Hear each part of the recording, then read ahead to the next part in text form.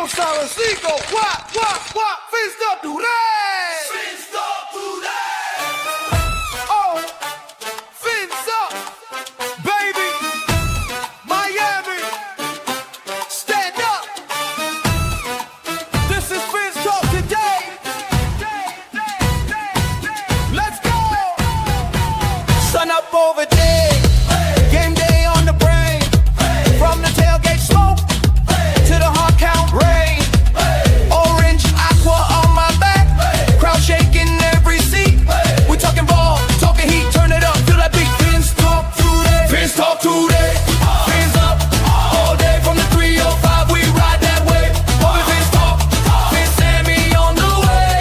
Miami, vamos. It's Fins Talk today. Hey. It's Fins Talk today. Who you reppin'? Who you riding? Miami. Who you riding? Dolphins. We break it down, break it live. Every snap, every drive. Hey. Fins Talk today. Fins up all day from the 305. We ride that wave. Fins Talk. Fins Sammy on the way. Miami, vamos. It's Fins Talk today. Hey. Fins Talk today. Good evening, Dolphin fans, and it is official. It is here. We've got the 2026-27 schedule on tap here, just revealed. Well, it was revealed a lot earlier through the leaks by our very own Finn Sammy of Fins TV. A couple games there early this morning. Shout out to Sammy. Shout out to Sarni. Shout out to Ozzy. We got a few of them that were dropping games in there. So we got the schedule a little early, but now we got the official times, and we are going to discuss it. Before we get into that, Sammy, my man, how are you? It's incredible what the NFL does. They find a way to span the whole, the whole league year to everything, the schedule, the draft, the combine. And, schedule day is one of my favorite days of the year, because it's fun. It's a lot of hope. But until you see the schedule, that schedule is brutal, but we're going to talk about that.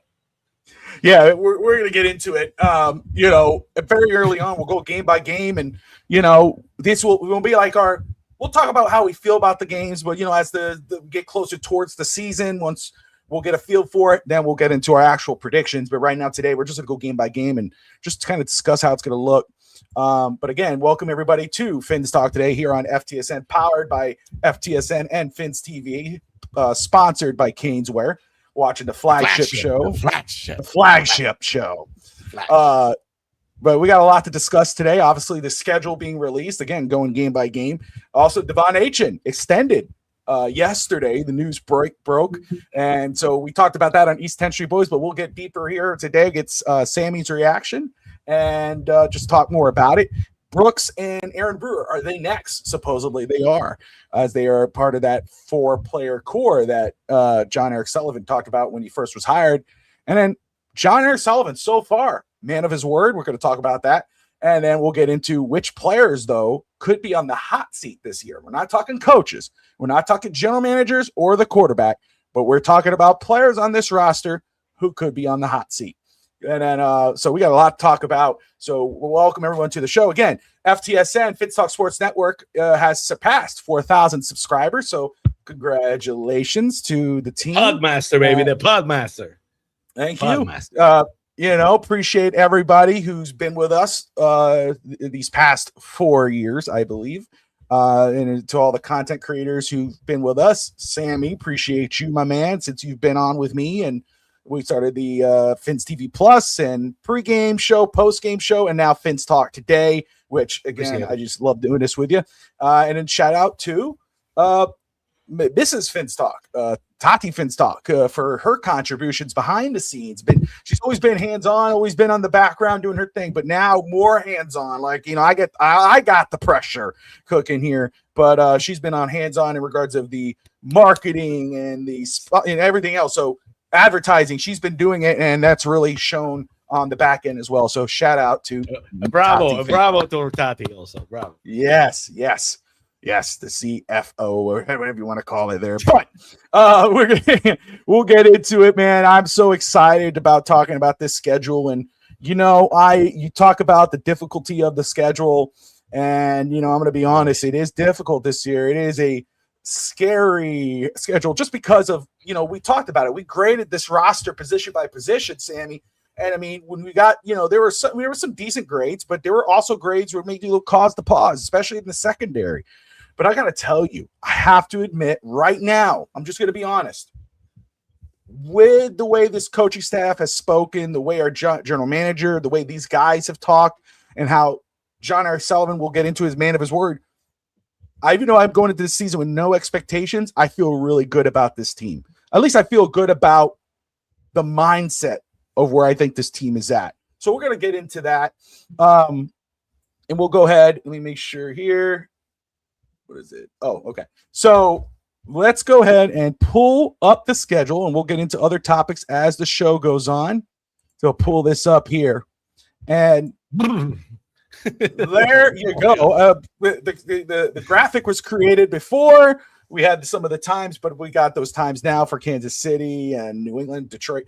But starting off with week 1 away, Fernando Mendoza, Tom Brady's Las Vegas Raiders in Las Vegas, 4:25 p.m. Eastern time, 3:25 Central. But that, talk about, it is difficult. Difficult schedule. However, could be a good start for Miami. This, a little easier than probably San Francisco following the week later. How are you feeling about the Las Vegas Raiders in week 1? Well, if you expect the number of unpickable Fernando Mendoza to play in that game, if not, it will be Kirk Cousins, right? So, either way, they're much better than last year for sure. The Raiders are going to be a tough out. Yes. When I see the schedule, this is probably the game I think we can win that game because, rookie quarterback, a lot of changes also in Las Vegas. So they added a lot of talent actually, but, to the draft free agency. But I think this is a winnable game. I don't have a lot of hope for, I'm going to write about it. I'm not have a lot of hope for winning a lot of games with this schedule, but Las Vegas is a game that we might be able to win. If you were prepared, it will simplify things. If the combination, the running of Malik Willis and Derek Hill works, they might put an upset because I don't expect the Dolphins to be favored in any game of the schedule. That's the truth. I don't expect the Dolphins to be favored at any point during any game of this season. Maybe the Jets are home. That's the only game that probably going to be favored. That doesn't mean that because they're not favored, they're not going to win the game. That's the bottom line. They're not going to be favored most of the season. So I think when I saw the schedule, I thought last night, when I told you last night on the chat that I told you it would be 2 road games to start the season, that happened. So, but it might be one of the winnable games. So I'm a 50-50 in that game. But still, again, the Raiders are right now this year a much better team than last year. 100%. Again, Ashton Genty, they got better. Yeah, and again, Mendoza or Kirk Cousins. Kirk Cousins, nobody to sleep on in regards of, trying to ignore what he can do. I will say, I think I saw earlier that Miami's actually favored by 3 points in this game. Very early on, but still favored by 3 in this game. So, did it work? Did it work? Yeah. Okay. I think, I don't know if they're trying to. So, this is the good thing when you have executive producer, CFO, you have everybody working behind the scenes. Yes, 100% all the time. We're always working. That's good, bro. Always doing something. Even when you're live, you got to work. But so assistants, you have everything. It's real here in FTSN. But though, the Raiders. I agree with you. It's still a tough game for sure. But this is a game I feel a little bit better about. Like I think we could go into week 1. Fans a little hopeful that we could come away with a win on that game. I really do. I mean, right now, at least right now. Don't know how I feel about week 2. Again, stay in California. Go to California now, stay on the West Coast, but at the San Francisco 49ers, healthy, Brock Purdy and company, McCaffrey and company, again, just a well-oiled machine in San Francisco. That's a game that's a little tough. That's a tough pill to swallow there, Sammy. Yeah, again, second week in a row with the Dolphins on the road. I'm going to talk first on the 49ers. I'm going to talk you about something that always, every single year, really bothers me. The 49ers, Super Bowl contenders, they now have an awesome draft or an awesome free agency. They had a good free agency, but they were better than the Dolphins at the end of the season. And right now the Dolphins are not as good because they're younger, and the 49ers are as good as always. A Super Bowl contender, the 49ers. They should have been in the Super Bowl last year, and that they blew the opportunity the last couple of weeks of the season. So probably hungry, probably, ready to, prove the doubters wrong. San Francisco for the last 10, 12, 15 years have been a very good fit team, always in the playoff hunt, always a Super Bowl contender.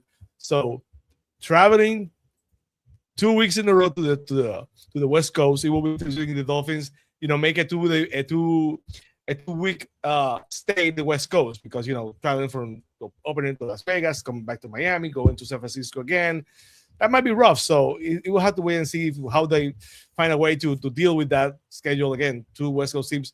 But what I wanted to talk about, every single year the Dolphins did not get the home field advantage of having the heat of Miami as a home field advantage. If they want to do that, fine. But if they do that, give the Dolphins the last 2 games of the season at home. That's the least you can do. I don't get it. They always do that.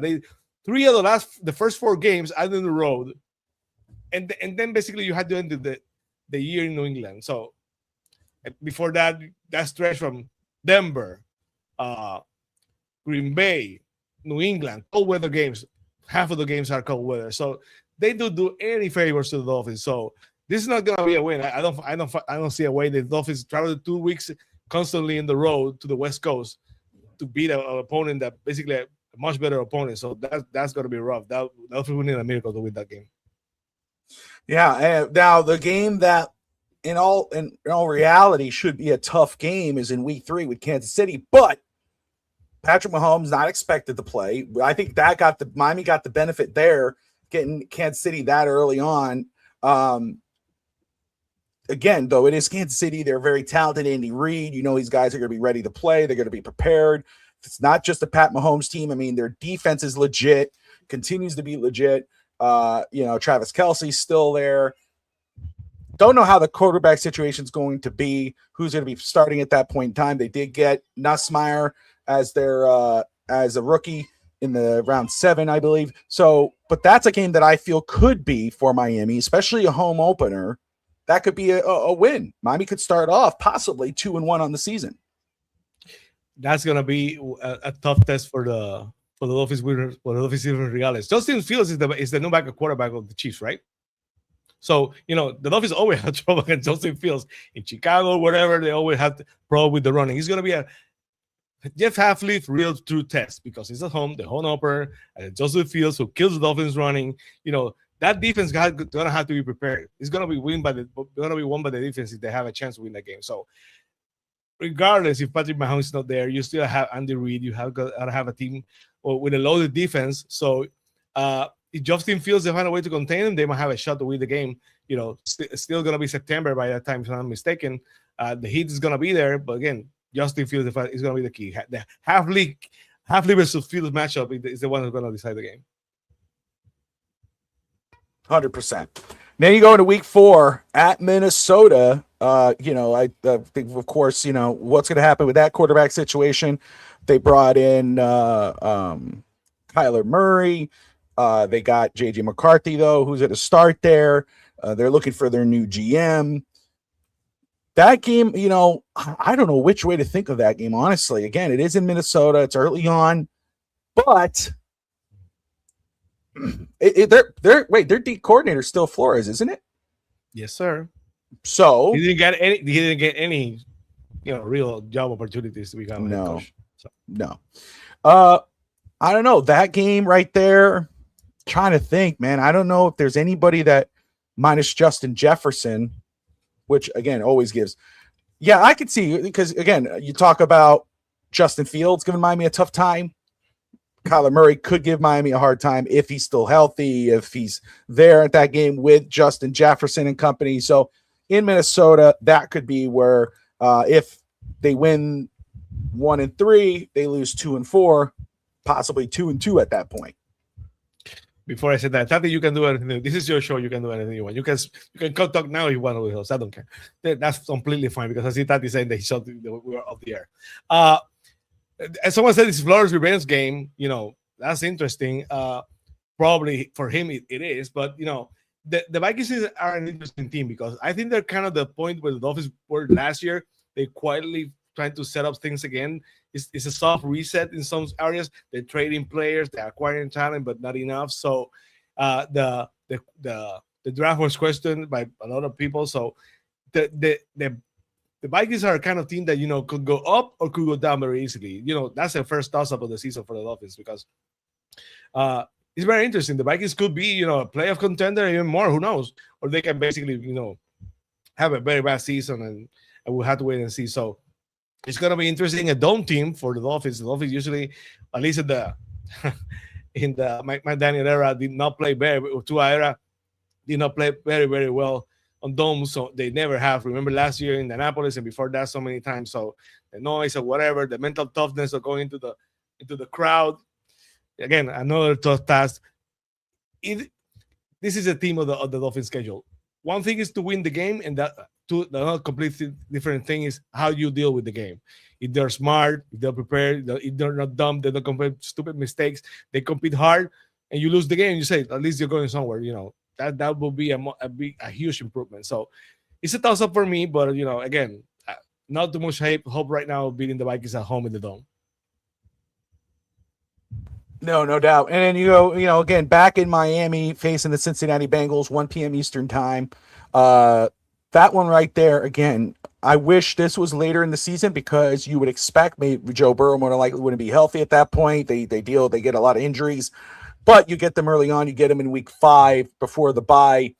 This one is a tough game for me to say Miami could win it right now. I right now would say that this is more than likely going to be a loss at this point in time, at least. I wish this was later on, but Miami gets their second home game and gets another tough opponent with Cincinnati Bengals.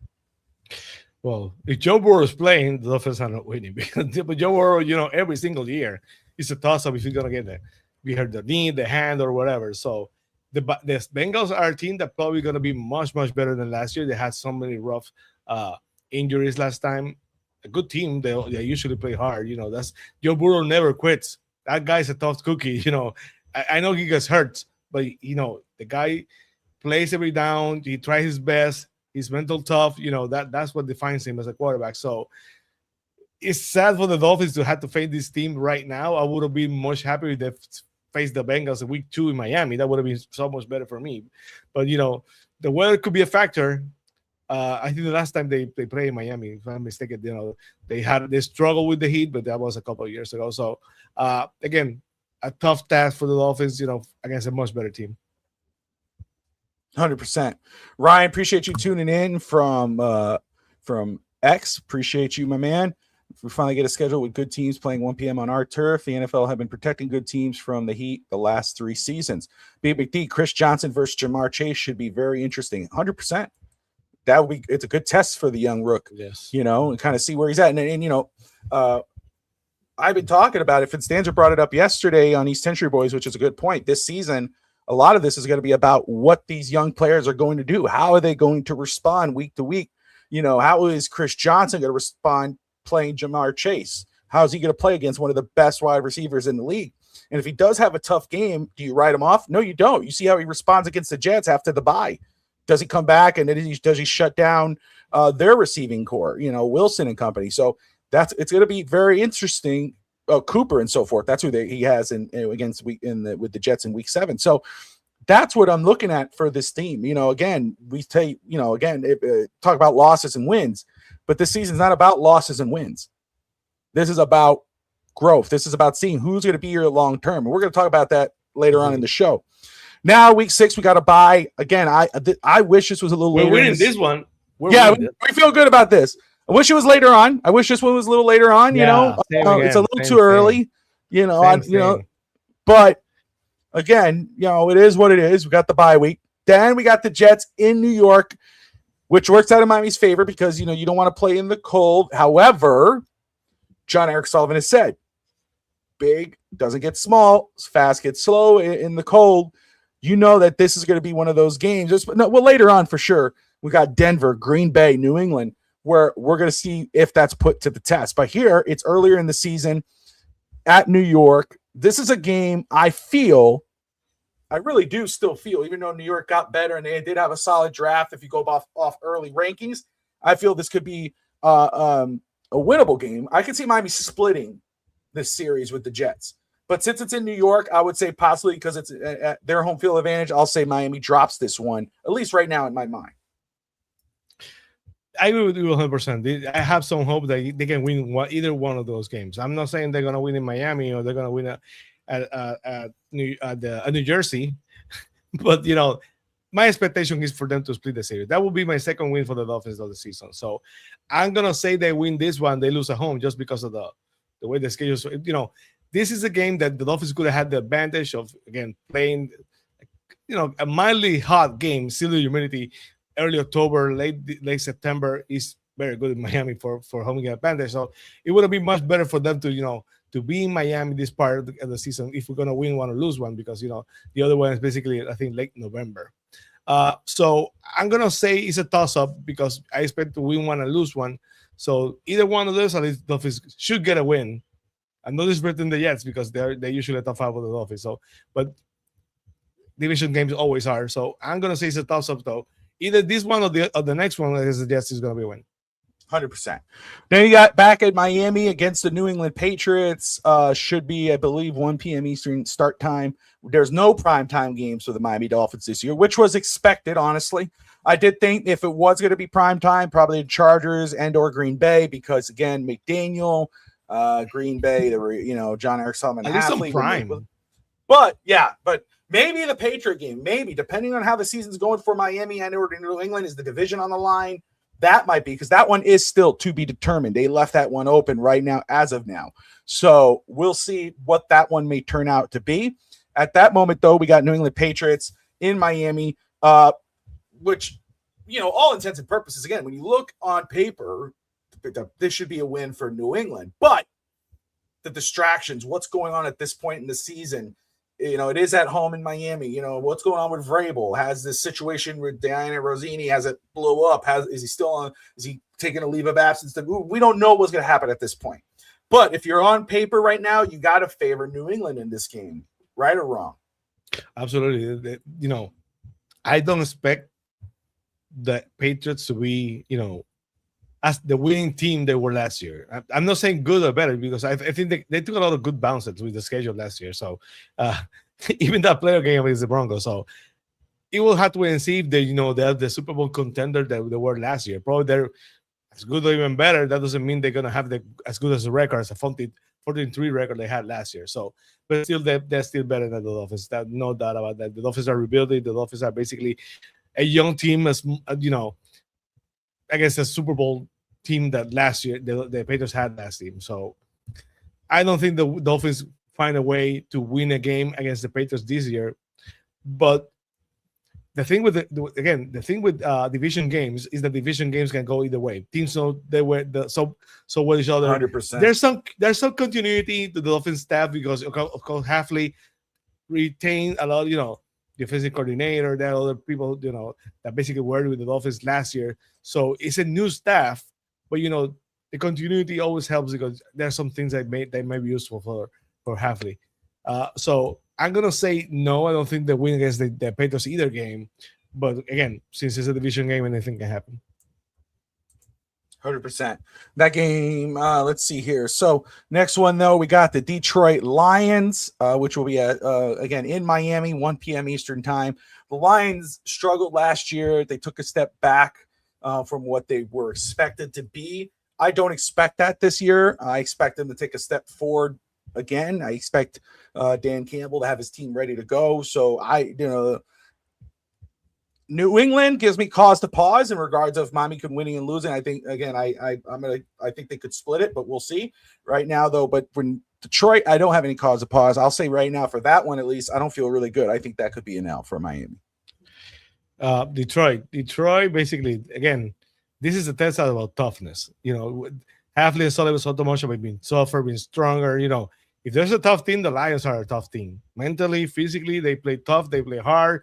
They hit hard. So win or lose, it's a good testament of how the character of the Dolphins is going to be moving forward. because they're gonna be manhandled in that game physically. The offensive line, the defensive line, those guys are very, very tough. So again, you don't win on the score, at least you can prove something as a team. So it's gonna be interesting how they find a way to match up against and play against the Lions, a much physical team that the Dolphins were last year. 100%. Moving on, we got it's in Indianapolis. This might be a game that I'm going to be at. I'm thinking about it. It's a 5-hour drive. It wasn't bad when I went with my son there to Indianapolis to see my brother perform in his Elvis show. So I was like, man, I mean, the stadium looks nice. It wasn't a bad drive. I kind of threw a hint at Tot, like, hey, maybe I want to go to this game. So this might be one I go to, but I'll tell you what, this is one I really feel good about. This is a game I think Miami could win. Indianapolis started off really strong last year. I mean, Daniel Jones looked really good. It looked like, oh my God, he revived his career. Is he going to have the same as Sam Darnold, that type of, revival out of the Giants like he did the Jets with Darnold? And then they kind of fell back to earth, and I think this is a team that took a step forward, but like the Lions in reverse, they're going to take a step back this year. I think this is a winnable game for Miami and Indianapolis. Absolutely. It's a question about the quarterback. You don't know what you got in the quarterback because it's a complete revamp of that position. They are a toss-up because, Daniel Jones is not going to play week one. I don't think he's going to play week one. Is going to be ready or not? That's a huge question. Again, the Dolphins that year had very big expectation for the Dolphins. They went to Indianapolis and they got crushed. So you can apply the logic that the Dolphins have any pride of what happened last year. The players that remain, they're going to play hard because basically they were humiliated last season. So that's a toss-up game. Again, Dome team, what happens, like I said, with the Dome teams. The Dolphins have not been very lucky in those recently. So it should be interesting, but another test for the Dolphins about mental toughness and if they can go on the road again. Yeah. In a stretch, basically, when this gets really, really rough, that stretch starts right now with, what we talk about right now. But basically, 3 out of 4 are going to be on the road, and the down the stretch of the season is going to be very, very nasty. And it starts right here with Buffalo, at Buffalo again.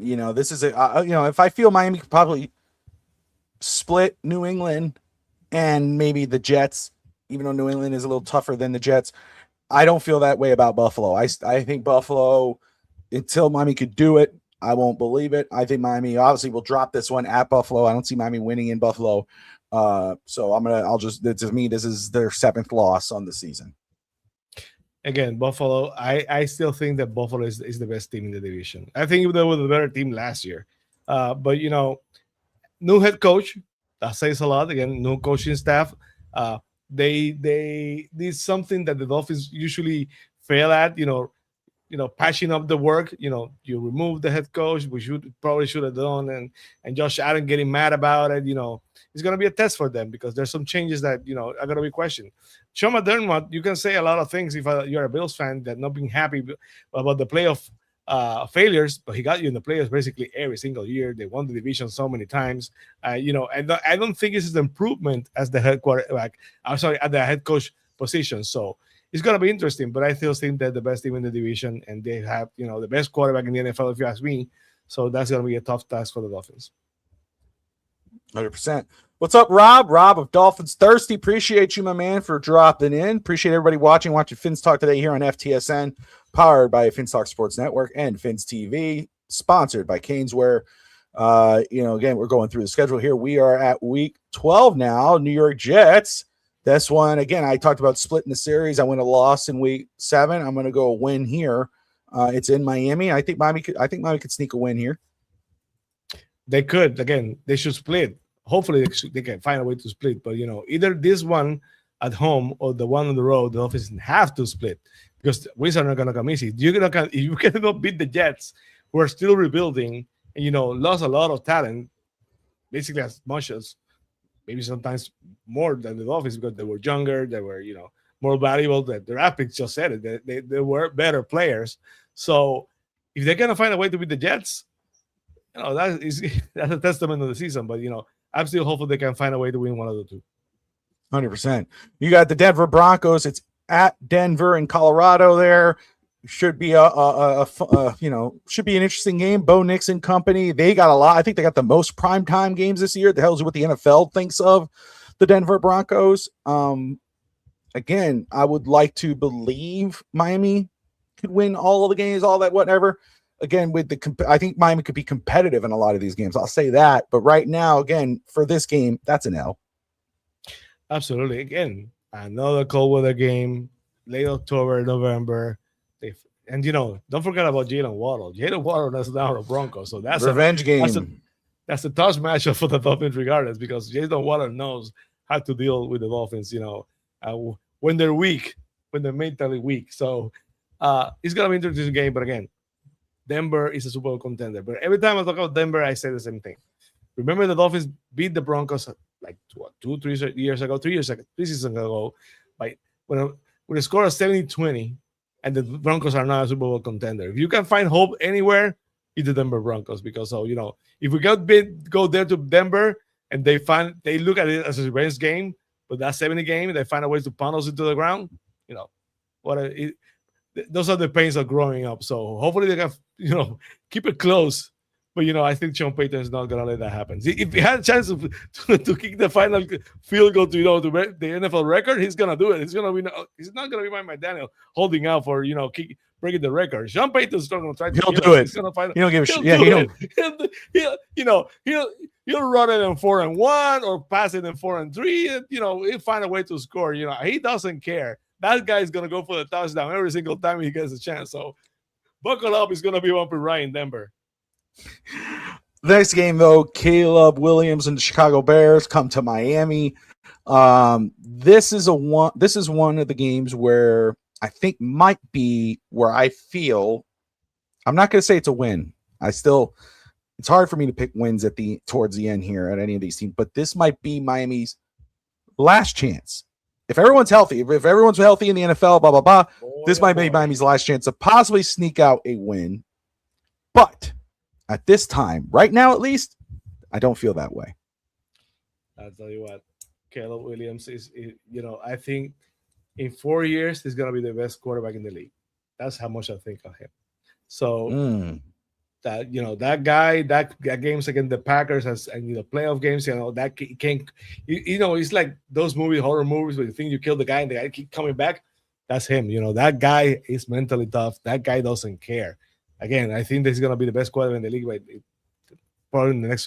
by year 4 from now. He's going to be the best. So it's going to be interesting because the Bears, I think they're doing something good quarterback. They find a way to get good assets. So I don't think the Dolphins find a way to win in the league. It's at home. That's the only thing that can make you hopeful. And again, disclaimer: every single team that we're playing right now could have injuries, could lose the quarterback, could lose whoever. We could lose the quarterback. We can lose any single player every single time. So, we can do our best to predict what's going to happen. So at the end, I rather, when you talk about every single game, predict every single game, I'm going to talk about the scenarios because, again, that game is in Miami. If it was in Chicago, we'd have no chance. But we have to wait and see. If something happens, who knows? But I don't think they'll find a way to win one. Well, and that's why I say, too, with full disclosure to everyone watching right now, again, this is just going through the schedule, how we feel right now about these games, where it kind of falls in place for again, I would feel better about at Green Bay earlier in the season than I do at the end of the season.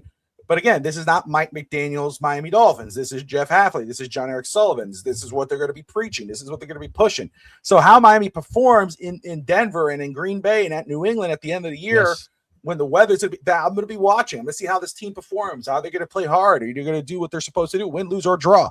So, I mean, we talk now, but when we get closer to the season, we'll go through the schedule again, and maybe we change, maybe we don't. But right now, again, I'm with you. Even though, again, I feel because it's a home game, and I do feel like this might be the last chance to win a game in this season, that one I feel strongly enough, or I feel not easy enough to pick it as a win, so I'm going to go with an L here. The week after, we go to Green Bay. John Eric Sullivan, Jeff Hafley, Malik Willis all return to the Green Bay Packers. That is, let's see. I don't know if I have a time on that yet, but it's not a primetime game. I think it's going to be at 1 p.m. Eastern time as well. But I don't feel I can't see that as a win either, man. I don't. Not right now. If everybody's healthy in Green Bay, and again, the Miami secondary, that's going to play a big factor this year. Chris Johnson, I'm excited about watching. But other than, and we'll see what Jason Marshall does. But right now, until they show us what they can do, you can't put trust in that secondary. And I think a lot of quarterbacks are going to be attacking our secondary, and they're going to help. They're going to, it's going to make it easier for teams to win. So with this one, I'm going a loss as well. Again, why don't the Dolphins at least get the chance to get the Packers in Miami, week 5, week 4, week 3, to open the season? The last time I think I remember the Dolphins playing in Green Bay that week 2, I think probably was 1997, 90. Don't shoot. Was the quarterback, so probably 95 or 94. The Dolphins find a way to beat the Packers. I think it was 95 or 95. So they find a way to send us to Green Bay every single time. Don't you remember what happened in Thanksgiving? Why don't you just give us a chance? So again, Green Bay in December. I know it's a 1 p.m. game, but it's still Green Bay. So that's going to be a tough out. 100%. You got the LA Chargers in Miami. Mike McDaniel returns. He will have possibly Justin Herbert and so forth with him. Again, all intents and purposes, this is going to be that type of quote unquote revenge game. They're going to be wanting to play for Mike McDaniel and so forth. Right now, I don't see a win here. Again, they put us at home. I guess probably the most interesting game of the season, and they put us at home in December. What can I tell you? I'm not going to be complaining. I'm not going to be like the Bills fans, the Jets fans, the Patriots fans complaining about the weather every single game. I hate to do that, but they were so scared about the league sending them to Miami, so they basically did not happen anyway. So, Mike McDaniel, when he wants to, he can be, he can have an edge to it. So I expect him to be motivated. I expect John Harbaugh to do their best to put him in the best position to stick it to the Dolphins. So we have to wait and see. Justin Herbert has not been the most healthy guy the last 4 years. So I'm not wishing. Yeah, I'm not cursing you, so I'm not wishing anything bad upon you about Justin Herbert. But who knows? That's the only hope I have for the Dolphins beating the Chargers in Miami. Yeah, no, I got Buffalo coming to Miami as well. Again, you would like to think Miami could take Buffalo in Miami and maybe surprise the world, and maybe maybe John Erickson, Jeff Hafley has his team playing spoiler, and maybe it could come out as a win. Maybe it could shock the world, but at this point in time, I'm not going to say that. I'm going to say, all intents and purposes, reality check, Miami could lose this game. Again, like you said, the Dolphins, I expect the Dolphins to be better the later part of the season, than the early part of the season. And talking about curses, our friend of the show, Tyler, he cursed. He got Danhausen to curse the Patriots and to curse the Bears. You know what happened to the Patriots? They look clearly cursed right now with Mike Vrabel. We have to wait and see what's the curse, for I curse you. For the Bills. So that's the only thing that might help the Dolphins win this game in Miami. There you go. Hopefully the cursed Tyler find a way to make Danhausen curse the Bills. Man, I don't know. We'll have to wait and see if the Bears are cursed and the Dolphins have a chance to win this game. And then wrapping it up in New England, again, time really truly to be determined. Again, could this be a prime time? Could it not? I don't know. I don't expect Miami at this time to be a team where should garner primetime interest. However, this could be a game where New England is trying to win the division, depending on how everything's working out. At that point in time, again, New England having something to play for, Miami possibly playing spoiler, but at this time also thinking about, hey, how's the draft looking, etc. Right now, I'll say that one's an L as well. This is the kind of scenario, the doomsday scenario. The doomsday scenario where the Patriots either clinch the division or clinch the playoffs and cannot win the division, and they know they're in and they're not going to help.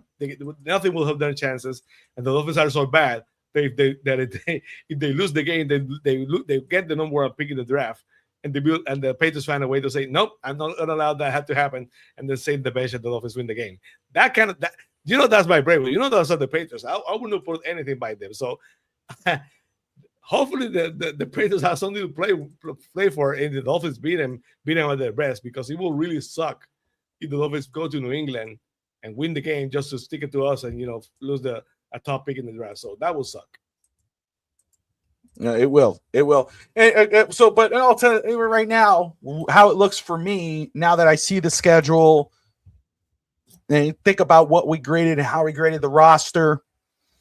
And, and it's not being negative. It's just what it is. Again, there's no expectations this year. And if Miami wins, great. If they lose, okay. But how does the team respond? How do these guys grow? But right now, Sammy, the way I look at this here is 4-13. It's a 4-13 season currently, the way I see it. You're much better than me because the last time we talked about, I said 3, and I'm looking right now at the schedule. I'm trying to find a way to get the 3rd win. So, again, like I told you before, the matchups, you can say a lot about the matchups. The players, we don't know who's going to play, who's not going to play. It's the stretches. It's how the schedule is built, how things are going to roll. When you get the Patriots last, in cold weather, you don't get advantage of the heat. Again, Green Bay in December, Broncos in November, and when you go to you have the home field advantage to start the season. You have to go to Las Vegas and San Francisco for long road trips. So a lot of dome teams. I always say that's the advantage of being in the NFC when you have a weak quarterback. We have a lot of domes. We're gonna be hurt by the domes a lot during the first stretch of the season. So the players we don't know we're gonna play. But the way that the schedule is built is just horrific for the Dolphins. That start of the season on the road, 3 of the first 4 on the road, you're gonna basically be in the hole. And with the Chiefs, the other team, the first 4, and then the Bengals, 5 straight games, brutal straight games. That down the stretch of Denver, Chicago, Green Bay, Chargers, Bills, and Patriots. That's just brutal. Yes, brutal. Yeah, 100%, 100%. Put that schedule to the Bills, and tell me about the Bills. Put that schedule to the Patriots and tell me how they're doing. So I'm dying to have the time to sit down and check the Bills and the Patriots schedule, but I can guarantee you it's not this bad. No. Which is crazy to think. You would think when a team's bad that, they're like, oh, let's make it a little easier and make it more interesting. No, they made it a lot harder. And again, this is a year to have a bad year, right? I mean, we talk about it. The draft next season is stacked. Again, you talk about the quarterback position, the receiver position.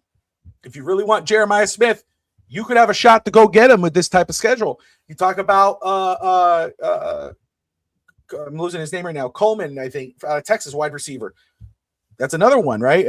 Quarterback Arch Manning, possibly Lenar Sellers, maybe. There's names. Even what's gonna happen with the edge rusher position? We got 2 guys who I think are going to be good. I like their chances with the Miami Dolphins this season. But what's this verdict on Chop Robinson in year 3? There's good edge rushers in this coming draft here, Dylan Stewart and so forth. So this is a draft to have a bad year. So my message for Dolphins fans this year. Don't get hung up on wins and losses. Get hung up on performances. If Achane has a great game, great. We expect him to play week in, week out 100%, or given 100%. Malik Willis, how does he perform as a starting quarterback?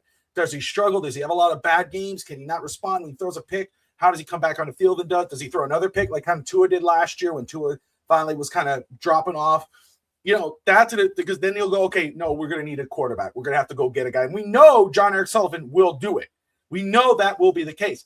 If Chris Bell and company, those guys, they have great games, or if they have a bad game, how do they come back and play the week after? That's what I'm going to be watching. That's what we should be watching going into next season with these guys.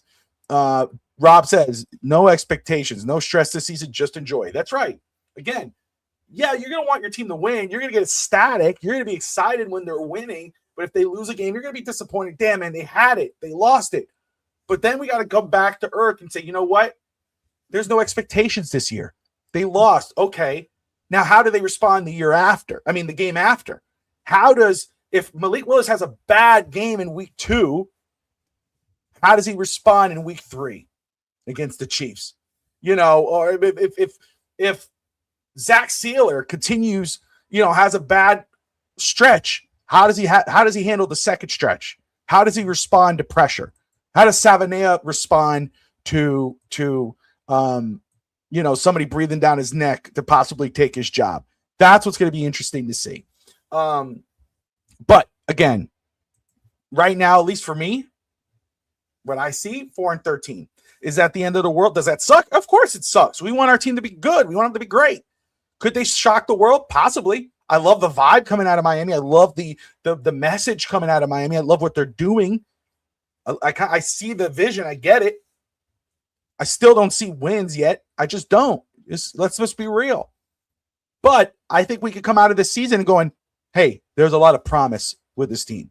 We got a good young core. Let's continue to add to that. Now we got cap space the year after. Let's add to this. So we'll go from – go ahead, Sammy.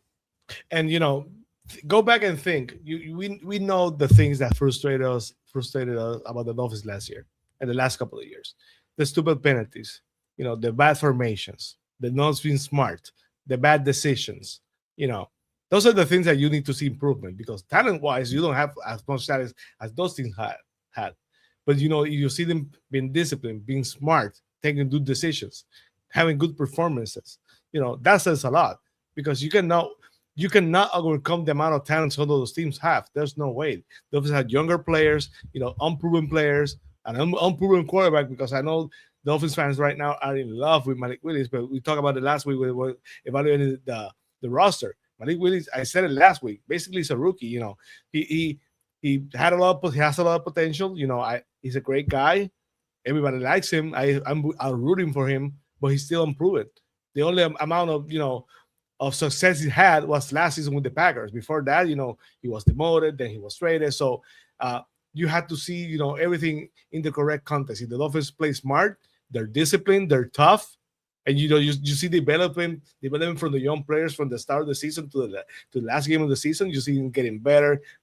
Good, like you said, those rookies, those young players having good performances, win or lose, being put in the right position to try to win the game. Those are the things I want to see, because there's no way with the amount of talent the Dolphins have right now rebuilding that they're better. So basically all the teams that we're looking for, right? Maybe like we said, maybe the Colts, maybe the Raiders, maybe the Jets, who knows? But right now is not defined. So we had to see improvement in the thing that the Dolphins failed for the last couple of years. If that happens, it's going to be a success. I'll just say, too, very quick before we jump into Devon Achane's contract, the Dolphins' preseason schedule, August 14th at the Commanders at 7 p.m. Eastern time. Then August 22nd versus the New York Giants, 4 p.m. And then wrapping up the preseason at home against the Atlanta Falcons, 7 p.m. Eastern. So Tua Tagovailoa. I'm traveling for that one. Just kidding. Tua Tagovailoa makes his return to Hard Rock Stadium to take on his former team for a quarter or two. I'm just trying to beat DSG to the punch. But moving on now to some very, very good news, at least in my opinion. And I know for Sammy as well, but Devon Achane extends with the Miami Dolphins, extends his contract with us for at least 5 more seasons, $68 million, $32 million guaranteed. I talked about this yesterday, so before I get back into it, Sammy, your reaction to Devon Achane finally agreeing to an extension with the Miami Dolphins. I'm really happy about it, because basically that's the best young talent the Dolphins had, and like I said, I'm kidding, but it's the best young talent the Dolphins have. Devon Achane in his prime, yet to his prime, probably he has not his prime yet. So they might get the best years of Devon Achane coming forward. So that's very good. The Dolphins probably saw that there are a couple of players in other places, the Raiders and the Lions, that probably have young running backs that are gonna get paid, and they say, we don't do it now, it's gonna be more pricey later. So they find a way to step ahead of the curve. They find a way to resign. I think they did a good job on that. And there's someone in the Dolphins media that said, he's mad. He's not gonna resign with the Dolphins because he's frustrated. And again, he missed again. He failed again. And if you see him, if you know what I'm talking about, he says something probably better against the contrary, because that guy always fails. So hey, I'm really happy that the Dolphins found a way to resign him. I think that he's the cornerstone of the Dolphins rebuild. He's a franchise player for the Dolphins right now, and hopefully the Dolphins find a way to protect him. And behind that huge, humongous offensive line, he can find to have some, some success next season between all those losses we're gonna get already discussed. And what I was talking about yesterday, first off, shout out DSG. We see DSG's popped in here now. Ghost is in the house. Ghost of the Dive Bar podcast. Appreciate you, brother, for dropping in. Now I'm going to say right now, in regards to Devon Achane, obviously you bring one of the best players and most consistently better players, not in with the Miami Dolphins, but also in the NFL. And I know the argument against re-signing, which again, I always disagree with. We had to extend him, but the argument to bring him back was not only because he's our best player and our most consistent player, but also, the argument, we're going to suck. What's the point of having him? We're going to waste his career, waste his years. Well, it gets deeper than that. We shouldn't give a running back a second contract. I don't believe in that. Well, he's more than just a running back. He's a multifaceted weapon here. He's a receiver. He's a running back. He does it all for Miami. But it's also, again, deeper than that. It's what he brings culture-wise to Miami. When everything else was going down last year, when Tua was throwing duds, and not only on the field, but off the field with his press conferences, being an idiot, you got Tyreek Hill quitting on the team the season before when the season was going to shit. You got players playing half-ass like Zach Steeler when you expect the best out of him. And again, it was, people go, oh, Savannah was trash. Oh, Chop Robinson was trash. Well, the whole team was, except for 4 guys. And those 4 guys were the guys that John Eric Sullivan talked about in his first interview with the Miami Dolphins.com with Travis. Devon Achane, Aaron Brewer, Patrick Paul, and Jordan Brooks.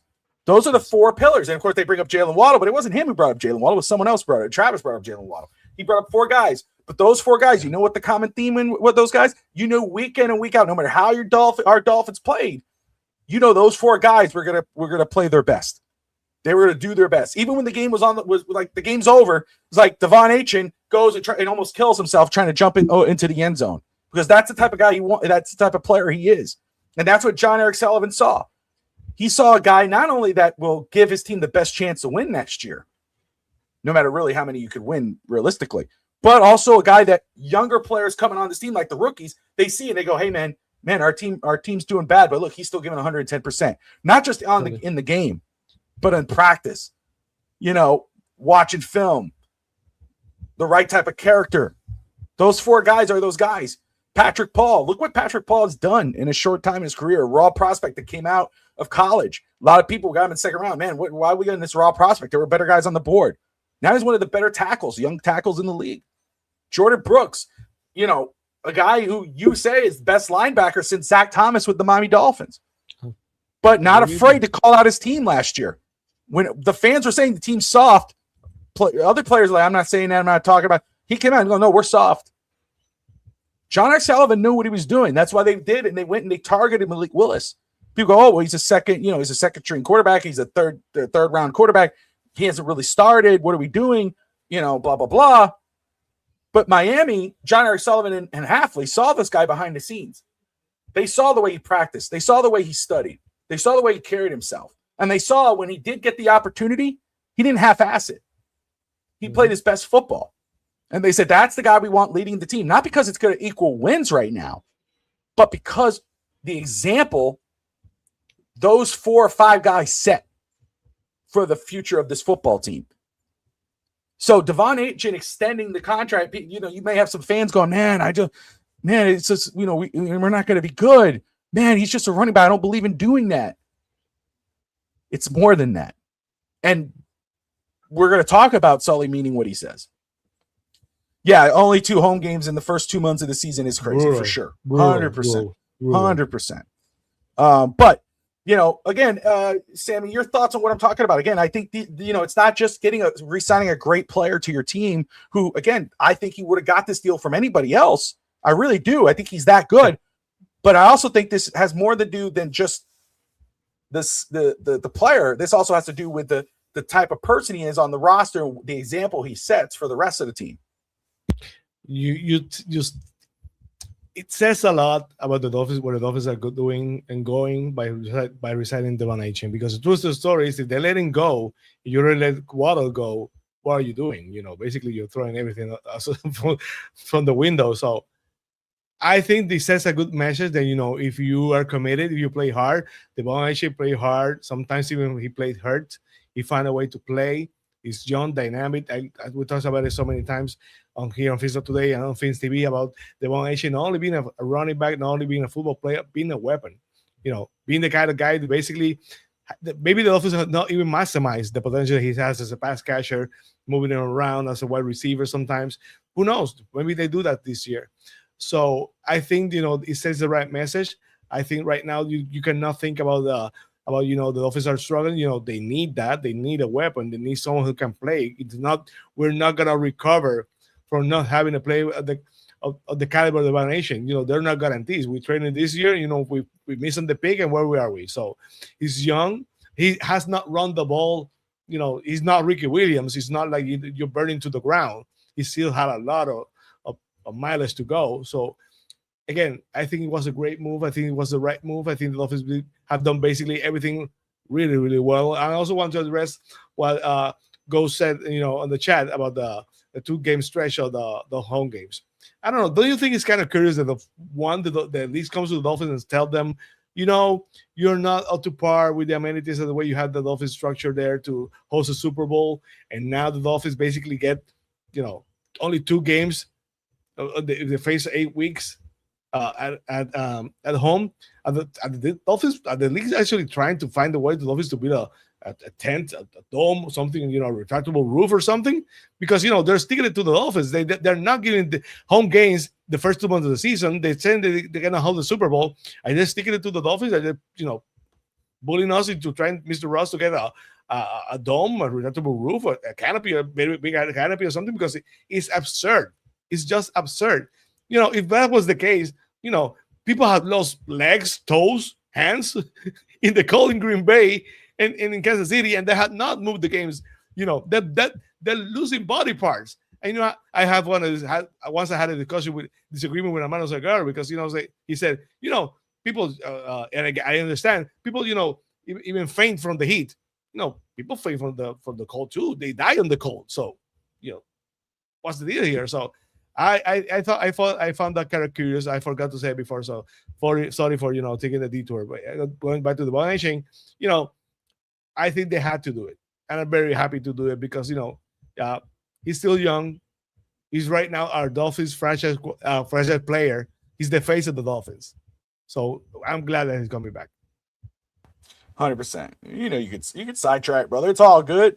Yeah, I appreciate everybody watching right now. Like that meme, like. That's right. Reverse, turn it around. No, the highway, you see them. That's what I did there. Well, and again, this goes for these next 2 guys because the report was that Miami wants to look to not they re-signed Devon Achane, but in the same breath they want to extend Jordan Brooks and Aaron Brewer. Jordan Brooks was rumored to be a guy that could be possibly on the trade market, especially after they took Jacob Rodriguez and Kyle Lewis. But the follow-up report that Miami does want to extend these 2 guys, which makes a whole ton of sense. Again, you look at it and go, man, but we're not going to be good. But it's not only just about being good at this time. Yeah, we want to play good. We want to be good. But at the same time, you want guys who are going to set that example for the rest of the team. That when new guys come in, you say, model yourself after that player. Look how he carries himself. Watch how he carries himself in practice and in the film room. Look how he carries himself in games. Jordan Brooks calling out his team, calling them soft. But then not only talk the talk, but walking the walk when he's on the field, playing his best ball. Patrick Paul, where people were not believing in him and were shitting on him and saying, man, we wasted a pick. And look how he responded. He didn't shrink in a shell. He didn't shrivel up. No, he stood tall. I mean, the guy's a freaking giant. I've seen him. I met him. Great guy, by the way. But he stood tall and played strong, and he's one of the better tackles in the NFL. Yeah. That's great for Caden Proctor to come in here. That's great for Savanea, who had a bad first year. How does he respond? Now that he gets moved to the right side. And Aaron Brewer. you reward your best players, but he's not only one of the better centers in the NFL, he's one of the better leaders in the NFL, one of the better leaders in the locker room. Same thing with Jordan Brooks, with Devon Achane, and soon to be Patrick Paul. So again, I don't see this as, oh, we're extending these guys because we think they're going to help us win. Yeah, I do think they're going to help us win, but it's not just about that. I think it's about the example you set for the rest of the locker room. So I hope that sooner rather than later, Sammy, we're doing a reaction episode because we've just extended Jordan Brooks and Aaron Burr, because I think that's better for the future of the Miami Dolphins. I'm a record saying that, I'm not backtracking yet, that if the Dolphins are in the dumps by the trade deadline, they're going to explore trading Jordan Brooks, and, they might do it. But, when you think about it, right now, when you see that schedule, there's going to be a very, very, very good chance that the Dolphins end up with a very, very high pick, and they not need as many draft picks as you may think. So if Jordan Brooks wants to stay, he's gonna be Miami Dolphins. So hopefully they find a way, to extend him. I would like to have him. I'm regular saying that he's the best Dolphins linebacker since Zach Thomas. That's how much I think of him. So he's the leader, he's the dog. That's the kind of guy you need to go to the trenches. If they can find a way to have the field working cohesively, Rodriguez and Brooks, you're gonna find out by the first half of the season before the trading deadline. So that's gonna say a lot. Hey, brother, that's gonna say a lot about the status of Jordan Brooks. How is it working with Rodriguez? If he's holding the development back, if they're working together cohesively, that's gonna say a lot. If that doesn't happen, when you best a second round pick Rodriguez, and they think we have to move it because he's taking time and room away from Rodriguez, that might be an incentive to trade him. But I would like him to stay. Same with Brewer. I think the guy, came to Miami. He was a guy in Tennessee, underdeveloped, underplayed, and come to Miami. I think he's the best center in the league. So those guys wants to stay in Miami. The Dolphins are going to find a way to take him back, because, free agency doesn't guarantee you're going to have a way to re-sign the players you want next year. The Dolphins are going to have a lot of money, but that doesn't guarantee you're going to recoup the talent you already lost. So hopefully, they find a way to do it. And again, the Dolphins are going to have a lot of cap room next year. Maybe they can find a way to, agree on terms and, extend the contract to next season where we have the cap savings. So hopefully we'll both come back, because, again, they're right now, along with Asian, are the pillars of the Miami Dolphins.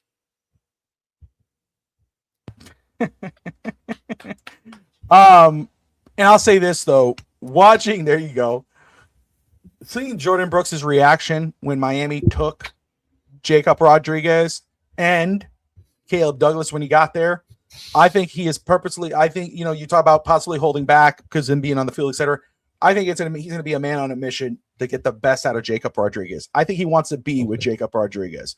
I think he's ecstatic, first off, because of the upside of this kid, but also, yes, comes from his same school. I think he's going to make it his purpose to make sure that this kid is one of the better players in the NFL. So, again, I hope both of these guys can come back.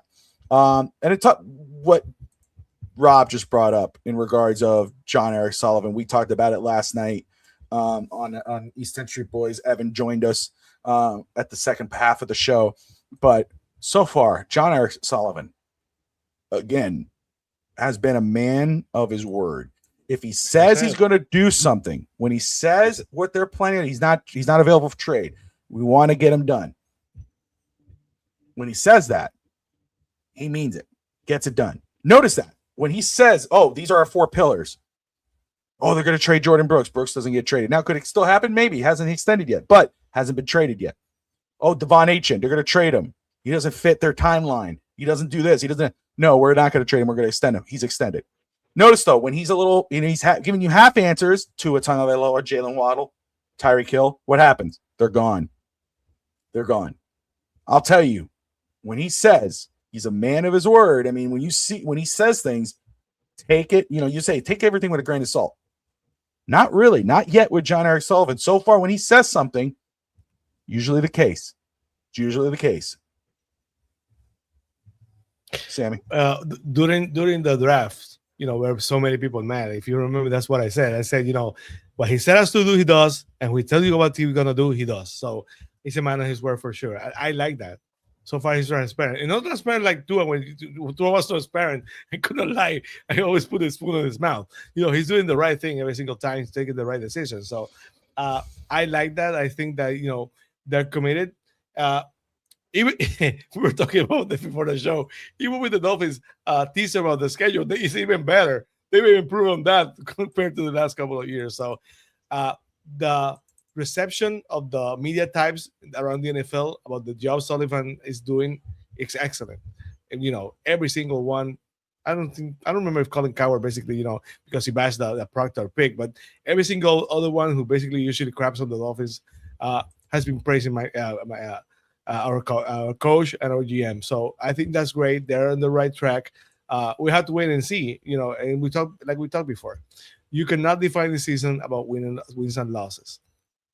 Go back to the things that were doing wrong. Go back to the things that frustrated you about the Dolphins. If they keep doing it under Sullivan and Hafley, be mad. If you see improvement in the character, in the way they're preparing for the game, in the mental toughness, in the physical toughness, and in the penalties, those are the things that are going to define this season. So Sullivan's doing a great job. Hopefully Hafley is good as Sullivan right now. And if that happens, the Dolphins might only win 2 games, but we're going to end up being excited about the future. And I'll say, too, again, talking about a man of his word, he keeps bringing up competition. A guy may start the season as the starter. Doesn't mean they're going to keep their job if they're playing like ass. So, and I think he means that. We talk about, this year, we're not going to be talking about coaches on the hot seat. We're not going to talk about GMs on the hot seat. We're talking about players on the hot seat. So there are some, we know Devon Achane got his extension. Devon Achane's not on the hot seat. We know they know what they wanted him. He's shown it. They know where they're going to get, not just on the field, but off the field. Same thing with Jordan Brooks, Patrick Paul, Aaron Brewer. Those guys are safe in their roles. Malik Willis, safe in his role. If he craps the bed, though, during the preseason, Quinn Ewers does better. Does John R. Sullivan continue with Coach Hafley being a man of his word and say, hey, you're not performing better than Quinn Ewers. Quinn Ewers is going to start. We'll see. But guys like Chop Robinson, he's on the hot seat. Don't think for one moment that just because you're a first-round pick, you're guaranteed a starting position on this roster or even a roster spot. If he cuts Tyreek Hill, he traded Jalen Waddle. If you saw him cut Tyreek Tua Tagovailoa with that contract, with that cap penalty, don't think for one moment he won't cut you or trade you. If you're going to play half-ass, you're not going to be consistent. You're not going to be available. You won't be here. So I'm going to ask you. I brought up Chop Robinson. And again, I feel Jonas Savaiinaea, Chop Robinson, 2 guys that underperformed last year. But again, the whole team underperformed. So I'm going to give them the benefit of the doubt. I still think they have the microscope on them. However, let's see how they do with this new code. Now that Savaiinaea moves on to the right side, which is his natural position, which I feel better about, I think he'll perform better. I think hopefully he responds well to that competition with Coleman that we got out of Texas. However, who do you think? Give me a player or players that you think are on the hot seat for the Miami Dolphins and John R. Sullivan, that they're watching him a little extra hard this season. Chop Robinson, right off the bat, he's being a disappointment. I'm not saying he can find a way, actually, right now I saw it there. They said it, in the picture. That's awesome. I think that, he was a disappointment last year. The draft and develop. Chop Robinson was not drafted by Sullivan and Hafley. But, that's the mission they had to find out to accomplish. If they can find a way for Chop Robinson to be the player that we hope to be, maybe a little bit less, but, much more right now, that's going to be huge for the Savaiinaea, of course. When you invest, again, on a second-round pick, and you invest not in the second-round pick, you invest in moving up via Liam Eichenberg also. So you have to hit on that pick. You cannot trade multiple assets and fail with the player. So I will never understand why, if he basically will be better at right guard, and the guy with the Steelers would have been better player left guard. That's what he knows. Why would they switch them? I would never understand. So it's not all on Savaiinaea because they put him in a disadvantaged position, or they have him to basically adapt to playing right guard. I'm sorry, left guard. That's not on him. So they had to find a way to fix those things. The bad decisions, the everything's gonna work out kind of things. You draft and develop. You develop the players that are here, and like you said, they have no attached to anyone. If it's not working, they're gonna be demoted. They're gonna be cut. They're gonna be traded. They're gonna do that because I'm trying to think who was the coach who basically thought that way. If you didn't do those things, you basically handcuffing the team. Jimmy Johnson was like that. He gave you enough chances, but if you didn't do enough, and I love Jimmy Johnson. That's one of the things I love about him. He didn't treat every single player the same. He knew how to treat certain players. He had to find a way to light up a fire on the Chubb Robinson's ass to be the player we expected him to be. He's a first round pick. You cannot miss on a first or second round pick every single time. That's why one of the reasons we're in the position right now. We traded assets to get players, and the players we drafted didn't develop enough. So those two for me are the key. So again, I absolutely understand that. Shout out first off, we got B McD, Daniel Taylor, we got Steve Malloy, host of Real Talk Fins Talk. Shout out to him. In regard to the young players, again, Chop Robinson, Jonah Savannah. I understand it, right? I truly believe in Savannah. I really do. I think putting him on the left side was not a smart move by this regime. They were saying, oh, it doesn't matter what position he plays. Yet this new coaching staff says, no, I think it's better he plays on his natural position. They put him on the right side. I'm really excited to see what he can do on his natural position at right guard, but also on the natural side of the line for him, but also what he does with a little bit of competition. Chop Robinson, a little more discipline. Now, what it is, a little bit of disciplinarian being in the house. What does he do? Not only on the field, but off the field. I heard some rumors that he wasn't the best off the field last year. He wasn't the best example.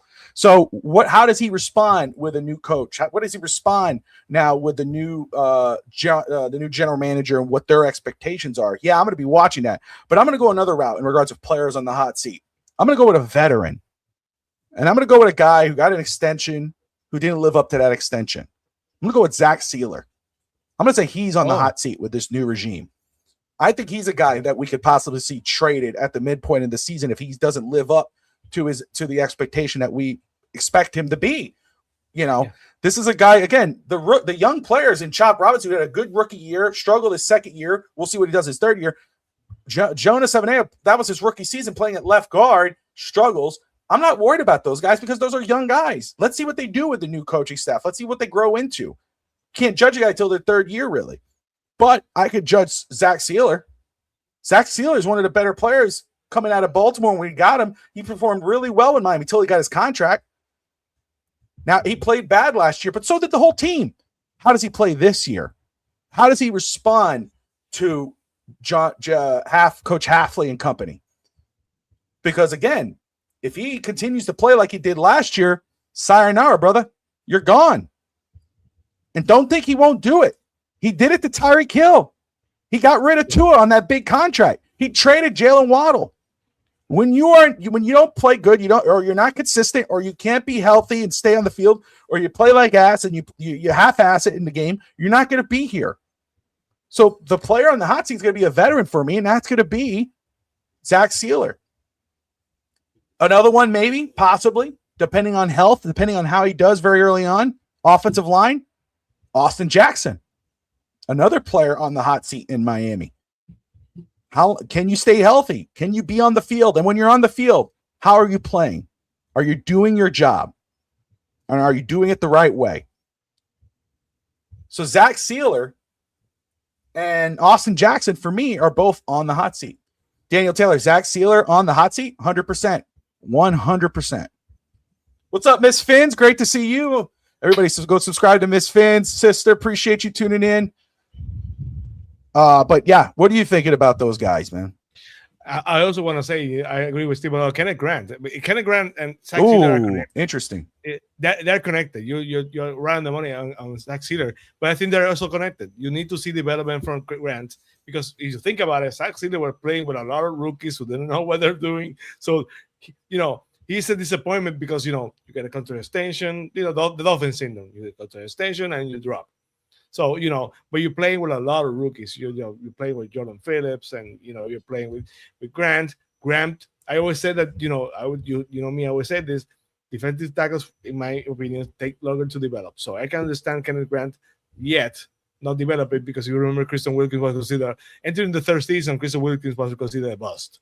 So I'm gonna give it a pass for last season. I hope we need to see development for him.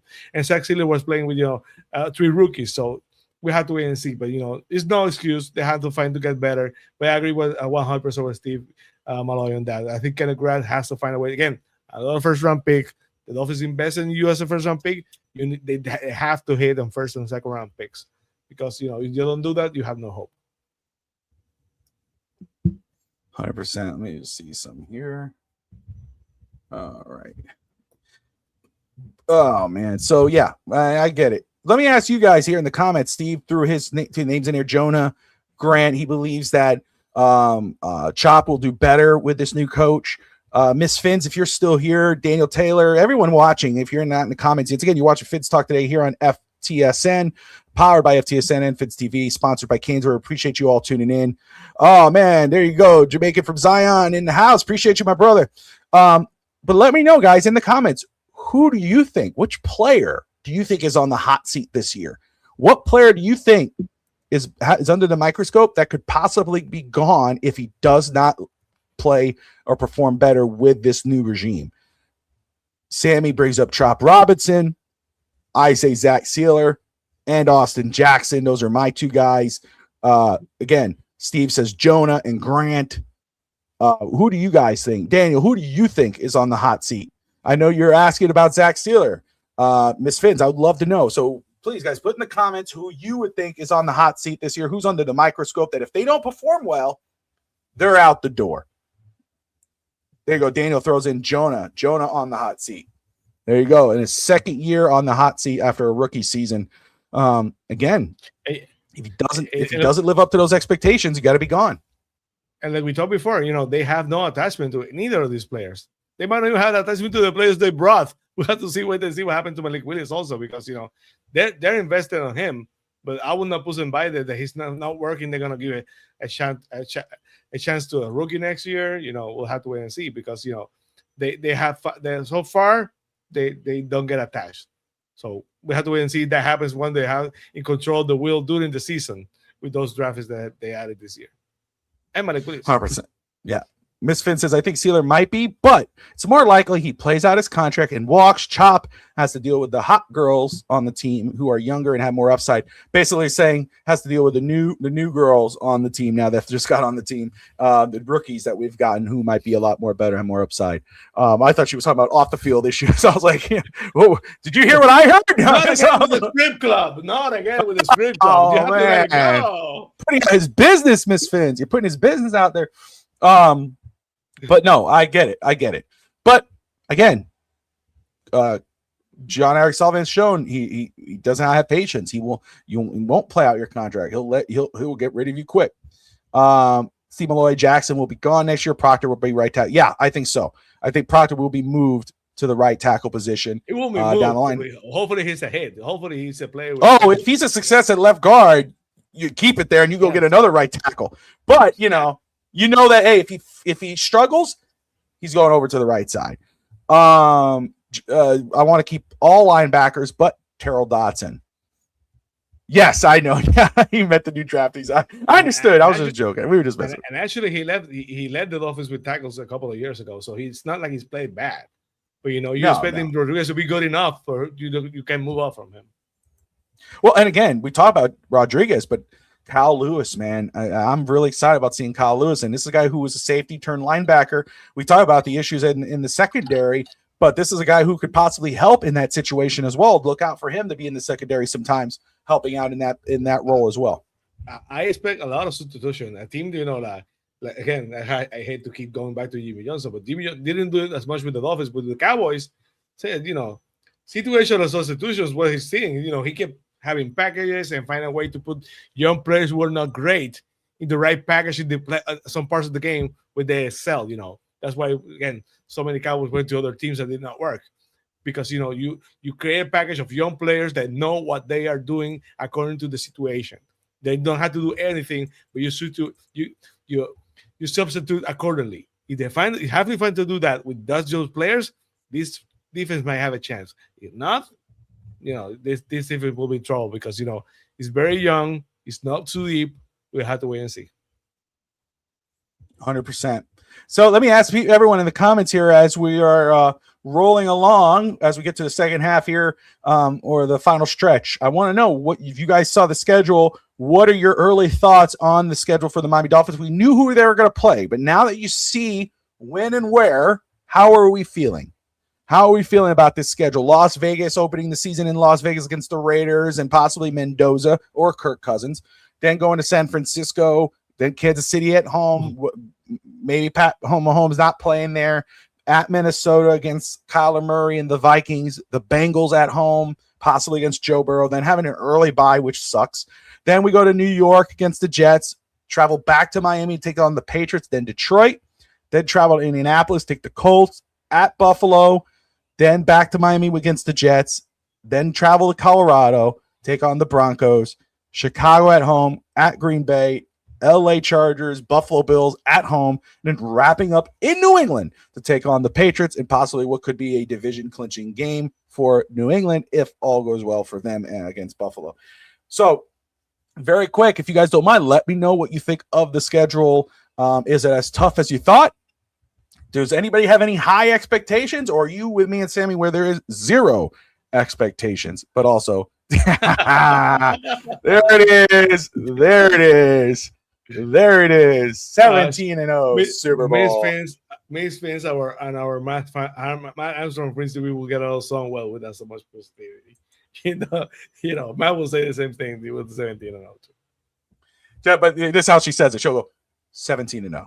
There won't be 17-0. It's 17-0. It's like you see commitment. Steve says I'll be happy. I'm happy with 6 wins. He thinks 6 would possibly be happy with 6. I have it right now, Steve and Miss Fins. Realistically, right now, again, this is just looking at this. We'll get closer to the season. We'll all figure it out. We'll say, okay, now this is how we really feel. But right now, Steve says 6 wins. I think that could be a ceiling. I think 6 wins could be a ceiling. But I'm at 4 wins. I got 4-13 right now, at least. I think Sammy has 2 wins, right? Sammy, am I right? 2 wins. There you go. So, not pretty, but I'll tell you what. I'll be so much more relieved once we win one game. Once we win one game, I'm like, okay, I can relax right now because that I've seen a lot of 0-17s from people who are not Dolphins fans and even some Dolphins fans. 0-17. Could you imagine what we will do to this franchise? I don't think so. I don't think what will happen. But you go low expectations. You get 2. You think you're gonna win 2, and they win 4, 5, or 6. Again, I said it before, Steve. If Halfley and the Dolphins win 6 games, he should be coach of the year. I know not a coach with 6 wins is gonna win coach of the year, but in my mind, he should be because that young team and that schedule 6 wins goes to the year for me. Yeah, we have the second toughest schedule in the league, 100%, which is crazy. But again, I'll say according this. according to percentage, but if you think about it, look at the schedule. Look at how they did the schedule. 2 of the first 6 games it's horrible. Anything with that fine-grained stretch is horrible. Yeah, you can say that again. That like I said, wins or losses because the percentage of last year's and the players are going to play. That's one thing. Look at the schedule. Look at the stretch to start the season. 2 West Coast trips to start the season. Then the Chiefs. Then the Vikings and the Bengals. Go back. That stretch with the Patriots and the Lions and stuff too. But look at the end of the season. Forget about the Jets, but the Bills, the Broncos, the Bears, the Packers, the Chargers, the Bills, and the Patriots. That's a killer stretch. Forget about the percentage. The way this constituted the schedule is murder. It's murderous. I'll tell you right now. Once we win the first game, I'm going to be so much more relieved. Yeah. Again, I just want to say, first off, shout out to everybody watching here on Fins Talk today, here on FTSN, powered by FTSN and Fins TV. Appreciate everybody watching, wherever you're watching from, whether it's on YouTube, on X, on Facebook, or Twitch. We appreciate you. If you're watching anywhere other than YouTube, do me a favor, hop on over here to YouTube, like and share the show, and subscribe. Be a part of FTSN and go subscribe to Fins TV as well. And shout out though, again, we talked about at the top of the show. Steve Malloy's here in the comments. Want to congratulate Steve and the rest of the FTSN team, but also our viewers who've been with us 3 years again, because surpassed 4,000 subscribers here on Fins Talk Sports Network. FTSN. So I appreciate everybody who has subscribed. We appreciate everybody who's joined us in the past month after our draft content and what we've had going on here. Again, we're Dolphin fans here. The majority of us. There are a few not Dolphin fans, but we don't just talk Dolphins. We talk NFL. We don't just talk Dolphins. We talk NFL. We don't just talk Hurricanes, Miami. We talk college football, fantasy sports. We got professional wrestling. We got basketball. We got Heat. We got it all here on FTSN, and we continue to grow. We just welcomed baseball. That's right. On Deck Baseball Podcast. We got I'm going to say oh my goodness, just lost my train of thought. I'll get there. Well, you're thinking of train of thought. I want to, again, congratulate you on 4,000 subscribers. I know how much you work, and you're so good to all of us. FTSN. I'm now part of the FTSN family. Of course I have the Fins TV network. Where Fins TV goes on Thursday now during the season, but it's been great to have us on Fins TV Plus with Eddie on Thursday before, and right now with the flagship of FTSN on Fins today. So congratulations, Bobby. Keep up the great work, and cheers for the next, I don't know, maybe 10K or whatever. You're right on your way. So that's the goal. We'll keep going. Thank you, everybody. No, Miss Fins, thank you. Thank you, Jamaican from Zion. Appreciate you. Thank you, Sammy. I appreciate you how busy you are to take your time and do this with me, man. It's been a blast. And again, 4,000. Again, shout out to Tati for the work Tati has done. Behind the scenes. Shout out to her. Shout out to the crew who consistently put out work. There's Eddie. Eddie, you said his name and he appeared. Steve Malloy, Aging is Strong, will be back soon on FTSN Extra. Shout out to Steve, man. Steve is another guy who's consistent, puts out shows week in and week out. Great content, unfiltered, real talk, Fins Talk, Aging is Strong. Great guy. There's mommy Fins Talk. Tammy from Miami in the house. Happy birthday, Mom. Mom, watch its birthday today. Birthday. Mom's birthday today there. Mom. Shout out there. But again, FTSN is killing it, man. We're, we got great content and whatever, if you love or hate what we're talking about, we appreciate you guys all tuning in. Let us know what you think. Whether you disagree or agree, we welcome everybody to safe space, man. We, 100%. And so, again, we got wrestling, we got Dolphins, Heat, Marlins, draft. We got it all, man. And it just continues to add and build baseball. And there's so many great content creators, different personalities and everything else. So continue to, there's Tabitha's in the house. Tabitha, my baby sister's watching. Tabby Juan Kenobi there. Man, the whole family's there, man. Look at that. Miss Finn says happy birthday. Hey, happy birthday to you. Happy birthday to you. Happy birthday, Tammy from Miami, my mom. Happy birthday to you. See, I did that. There you go. I couldn't do it on the phone. And many more. There you go. There's Rafi boy there. So appreciate everybody there and the 4,000 subs and more as we continue to grow.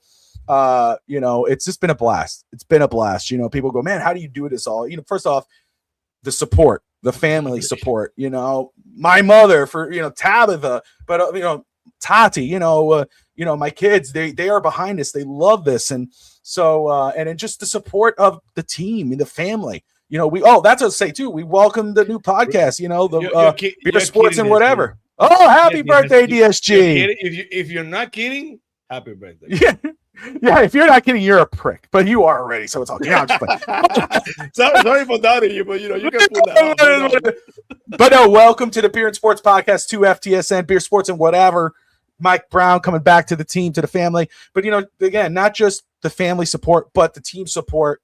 Finstanza, when, I'm off, when I have to take some time to do whatever, he'll jump in for me. Sammy, what you've done. Steve Malloy, his support, not just on the shows, but off the phone. I've had time when I've talked to Steve on the phone, man, and he has a great ear to bounce stuff off of. So just everybody, Josh Wingate, coach, appreciate everybody. Appreciate you. What's next on FTSN? What we got a lot of stuff cooking behind the scenes. I'm excited about that. But also Saturday, we got No Holds Barred Wrestling Podcast. Should be back 5 p.m. to we're gonna rewind in WrestleMania 7, Hogan versus Slaughter, which I'm very excited about. So we'll get back to that. And of course, we got other what a stuff. bar burner. I can't wait, America versus whatever country they were fighting that time. But anyway, we got that. Sammy, what do you got cooking on Fins TV?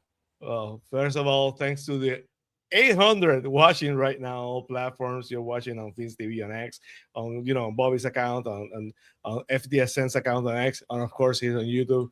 Like and subscribe on YouTube, of course, to Fins Talk Sports Network.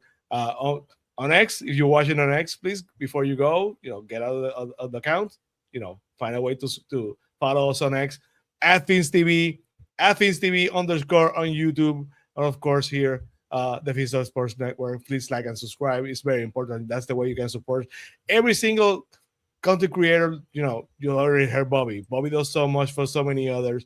For every single one who gets, a show of here on FTSN, Bobby's the force behind it. With Tati, they find a way to create content, the graphics, the entrances. So congratulations to Bobby again for 5,000.